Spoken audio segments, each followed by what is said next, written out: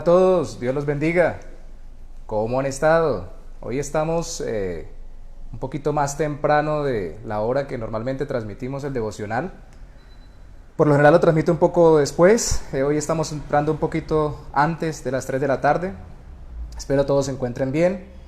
Ya casi concluimos nuestra carta de Santiago y vamos en el capítulo 5. Así que vamos hoy a leer el capítulo 5 desde el versículo 13 hasta el versículo 18. Si usted tiene su Biblia allí me puede seguir atentamente. Dice Santiago capítulo 5 versículo 13: ¿Está alguno entre vosotros afligido? Haga oración. ¿Está alguno alegre? Cante alabanzas. ¿Está alguno enfermo entre vosotros? Llame a los ancianos de la iglesia y oren por él, ungiéndole con aceite en el nombre del Señor, y la oración de fe salvará al enfermo. Y el Señor lo levantará, y si hubiera cometido pecados le serán perdonados. Confesaos vuestras ofensas unos a otros y orad unos por otros para que seáis sanados. La oración eficaz del justo puede mucho. Elías era hombre sujeto a pasiones semejantes a las nuestras y oró fervientemente para que no lloviese, y no llovió sobre la tierra por 3 años y 6 meses. Y otra vez oró y el cielo dio lluvia y la tierra produjo su fruto. Oración es el tema predominante en esta porción de Santiago, ya casi al finalizar la carta. Santiago siempre ha sido muy práctico en lo que nos ha escrito, o ha escrito a sus lectores originales y por medio de ellos a nosotros para la gloria de Dios y el bien de su iglesia, y ahora se vuelve mucho más práctico en el sentido de llévenlo todo en oración. Oración, dice el versículo 13, oren por él, versículo 14, orad unos por otros, versículo 16, Elías oró, versículo 17, y otra vez oró, versículo 18.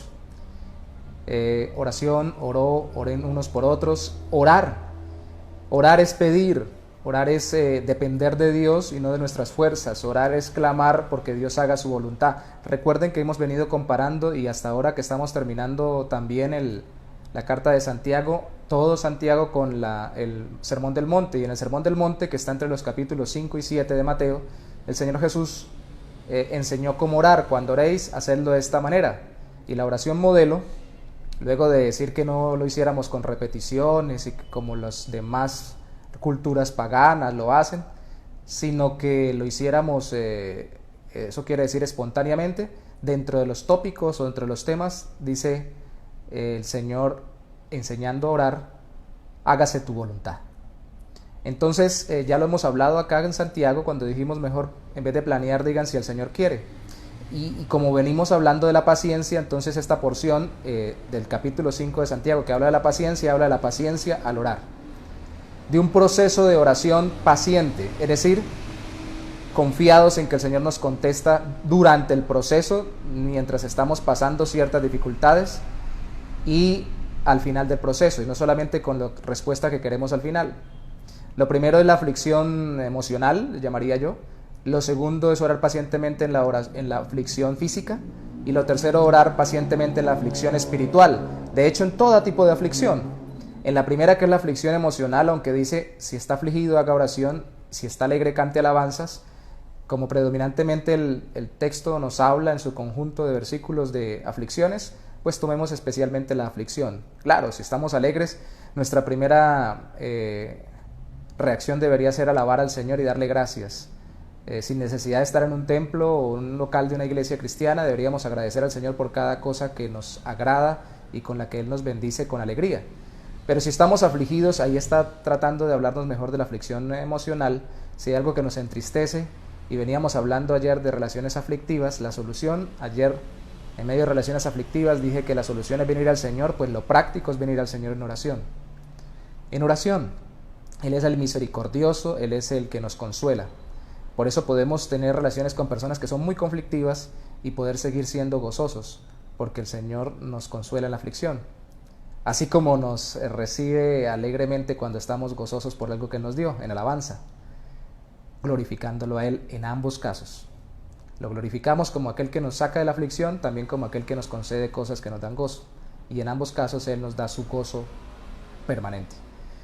Luego la aflicción física que habla de la enfermedad, si está alguno enfermo entre vosotros. Pero aquí ahí existe un proceso que es el ungir con aceite, que algunos dicen que debe seguirse haciendo. Hay dos corrientes tradicionalmente en las iglesias cristianas de sana doctrina. Unos creen que los dones milagrosos o extraordinarios de 1 Corintios 12 y de la iglesia primitiva continúan, entre ellos el don de sanidades, y que hay personas que especialmente tienen el don de sanidades. Y otros piensan que no, que esos dones fueron para la época de la apostólica, de la redacción de la Biblia. Pero ambos, si son sensatos por la misma palabra de Dios, los primeros deben saber que deben hacerlo conforme la Biblia lo enseña, y los segundos deben saber que aunque no fueran para este tiempo, Dios es soberano y puede obrar milagros. De hecho, no todos los años ni todas las épocas ha tenido gran cantidad de milagros. Las grandes épocas de milagro fueron la creación, al inicio del universo, porque es un milagro la creación. En la época de Moisés, donde se hicieron tantos milagros para sacar al pueblo de Israel. La época de Elías y Eliseo, que aquí se alude al final del texto, está en Primera de Reyes, de esos profetas que hicieron muchos milagros, y la época del Señor Jesucristo y los apóstoles. Entonces debemos confiar en que el Señor nos puede contestar. Si nos manda aquí que queremos cuando estén enfermos, es cierto que debemos hacerlo, pero nos manda ni siquiera que busquemos a los sanadores o aquellos que tengan el don de sanidades. Dice a los ancianos de la iglesia, que predominantemente son los pastores, pero que también pueden ser hermanos maduros en la fe.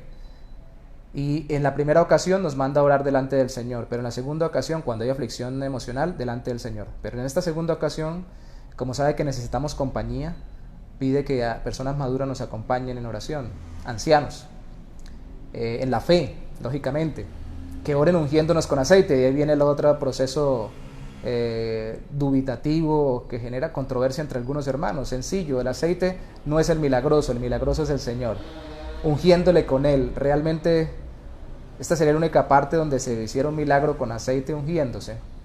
En la antigüedad, en el Antiguo Testamento, el aceite más bien era utilizado en la Biblia para ungir sacerdotes, separarlos para el servicio del sacerdocio, para ungir reyes, separarlos para ser reyes, y para ungir profetas, separarlos para servicio profético. Y más bien nos estaría dando a entender entonces que separemos a esta persona para un trato especial durante el proceso de su sanidad. Y allí algunos incluyen el hecho de que el aceite era utilizado en el proceso de sanación en el Antiguo Oriente, en el Medio Oriente, en el Antiguo Medio Oriente, para varias cosas. Entonces simbolizaría que lo apartemos, lo separemos, confiemos en que el Señor lo va a sanar. Algunos dicen que el aceite representa la presencia de Dios o del Espíritu Santo, que Él lo va a ungir con su presencia para sanarlo, pero que lo acompañemos durante el proceso, incluso con los tratamientos que tenga que tomar en lo natural. Es muy importante acompañarlo. Y esta oración cuando se está enfermo, y la oración dice: y salvará al enfermo, el Señor lo levantará, y si hubiera cometido pecados les serán perdonados. La salvación en el Antiguo Testamento, muchas veces la palabra salvación se utilizó para liberación física de una enfermedad o de un peligro. Aquí puede suceder lo mismo, pero también encadena la liberación física o la sanidad física con la sanidad del corazón, porque dice: si hubiera cometido pecado les serán perdonados. Entonces nos habla de la aflicción espiritual, y puede ser que la persona esté afligida en su vida física por cuestiones espirituales, en el sentido de falta de comunión con Dios, sobre todo que haya sido descuidada en su vida personal, primero no orando, segundo no teniendo comunión con Dios fielmente, pero tercero y sobre todo, aunque sea cristiana, desobedeciendo al Señor en su vida, y puede ser que su corazón esté percibiéndolo por la testimonio del Espíritu Santo y esté afligido internamente, y eso lo enferme. Sabemos que hay muchas enfermedades, hoy en día se dicen que la mayoría son por cuestiones internas que se manifiestan externamente, y el creyente, cuando se aleja del caminar con Dios, puede estar enfermo físicamente también. Y si eso es el caso, pues lo mejor es pedir perdón al Señor. Entonces la labor de los ancianos, ahí la vemos encadenada de oración por la parte física, debe ser encadenada de oración por el aspecto espiritual. Y cuando nos reunimos con alguien, no está mal de preguntarle: hermano, si usted quiere confesar algo, decir algo, para que nosotros oremos y lo aconsejemos por la palabra, tenga suficiente confianza para hacerlo, y durante el proceso también darle seguimiento. Y él va a ser perdonado. Recuerden que cuando el paralítico se lo presentaron los hombres por el techo de la casa a Cristo, donde Cristo estaba predicando, Cristo primero le dijo, tus pecados te son perdonados. Cristo sanó a mucha gente sin decirle, tus pecados te son perdonados. Pero en él quería mostrar que el poder de Cristo sanador era un reflejo o más bien una muestra de su poder salvador. Entonces lo más importante para nosotros no es que la persona se sane, sino que sea salva. Si es creyente, se reconcilie con el Señor, y lo vamos a ver mañana al final de la carta. Pero si es inconverso, que se convierta, porque puede ir muy sano y muy saludable para el infierno. Se puede sanar de la enfermedad y salirse y que lo atropelle un carro y se va para el infierno. Es ilógico si no relacionamos la sanidad física con la predicación del Evangelio y aprovechamos la oportunidad para hacerlo. Pero entre hermanos debemos aprovechar la oportunidad para que el hermano se reconcilie con Dios. Dice confesados, y la dinámica en la aflicción espiritual es confesarnos unos a otros, no como en un confesionario, como si la persona tuviera un revestimiento especial para escuchar los pecados de otros, no, sino porque un creyente maduro puede escuchar a otro creyente y ayudarle a orar delante de Dios y aconsejarlo conforme a la palabra de Dios. Cualquier creyente maduro nos puede asesorar en ello. Y debemos confesarlo para que seamos sanados, dice allí. La oración eficaz del justo puede mucho, y pone el ejemplo de Elías, que era sujeto a pasiones, y aquí está dándonos a entender que Elías no era estable emocionalmente, no que estaba sujeto a pecados, porque a veces la Biblia habla de pasiones como pecados, y ya lo hemos visto aquí en Santiago en otros momentos, deleites pecaminosos, sino que era no muy estable emocionalmente, ni era perfecto en su corazón. Era un hombre de Dios, claro que sí, pero tenía muchas aflicciones emocionales y todo lo demás. Entonces Segunda de Reyes capítulo 17 y 18 nos narra, si lo quieren ver en sus casas luego, lo que aquí se dice, que cuando él primero oró, no llovió, y luego volvió a orar y llovió, pero entre lo uno y lo otro, como lo dice el texto, transcurrieron más de 3 años. En Segunda de Reyes 17 no se nos dice que él oró, sino que le dijo, como se nos dice en Santiago, sino que se nos dice que le dijo al rey del momento y a la gente de la época, si no va a llover sino por mi palabra, y pareciera que fuera el que tuviera la dirección de todo y no Dios. Pero aquí en Santiago se nos da a entender que fue por medio de la oración, que prima la voluntad de Dios, y lo que Elías dijo, lo dijo porque estaba en oración, en comunión con Dios, y Dios respaldó su palabra porque era la dirección de Dios, no la sobre Elías, no la de Elías sobre Dios. Y volvió a orar y volvió a llover, y la tierra produjo su fruto.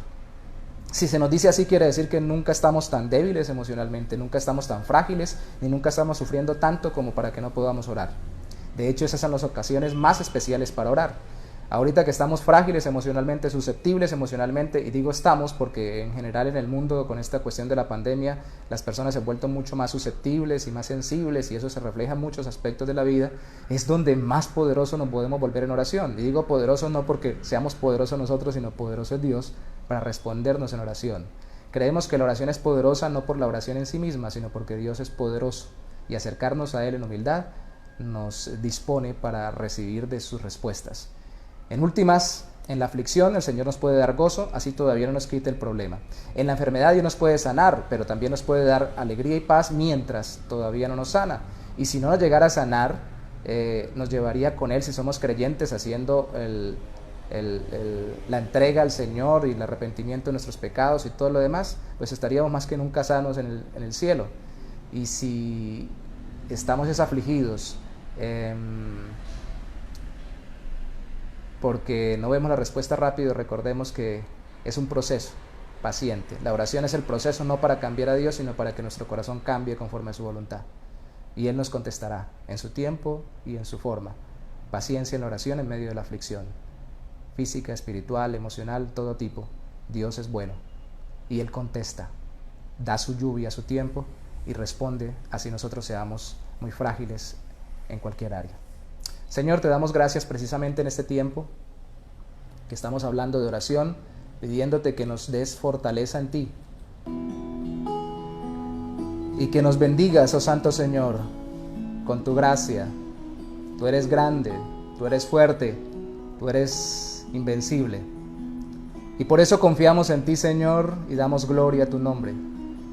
En nuestras aflicciones tú estás con nosotros. Tú curas nuestras heridas del corazón, del alma y del cuerpo. Y llegará el día, Señor, en que no tendremos más enfermedad, ni habrá más tristeza ni llanto. Y mientras tanto, nos sometemos a ti y confiadamente pasamos el proceso, porque tú eres bueno para sanarnos, darnos paz y darnos gozo en medio de cualquier aflicción. Grande, fuerte, grande y poderoso eres tú, Señor. damos gracias. En el nombre de Jesús. Amén. Dios los bendiga. Nos vemos mañana en el último día del devocional de Santiago. Bendiciones.